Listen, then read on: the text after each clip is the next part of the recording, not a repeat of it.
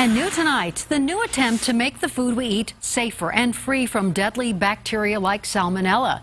In Colorado, we've seen people get sick, even die from eating everyday things. Well, now the feds want to change the rules.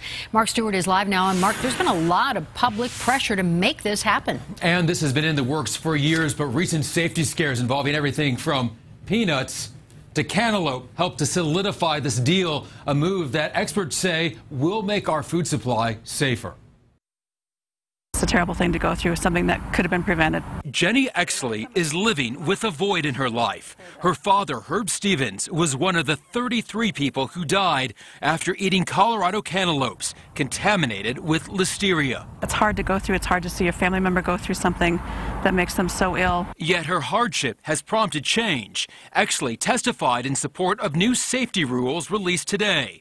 Food producers must now have detailed plans about how they'll keep their facilities clean, prevent contamination, and what they'll do to monitor and clean up bacteria. It totally took something, a bad outbreak, for people to die and people to be sickened for anything to get done.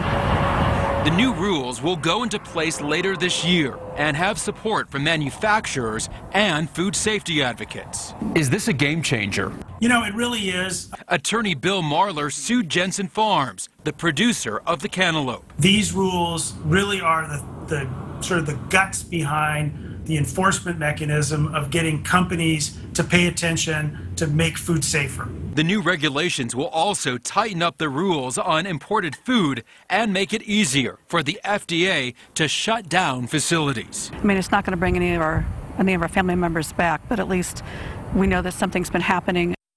And if you think this will not happen, you consider this: 1 out of 6 of us will get food poisoning sometime this year. Live in Denver, Mark Stewart, 7 News. Yeah, that is staggering. And just today, a lawsuit was filed against a company linked to a salmonella outbreak.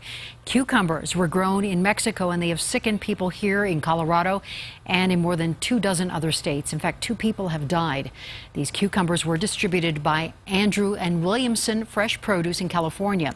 The lawsuit filed today involves a Minnesota woman who got sick after eating one at a restaurant.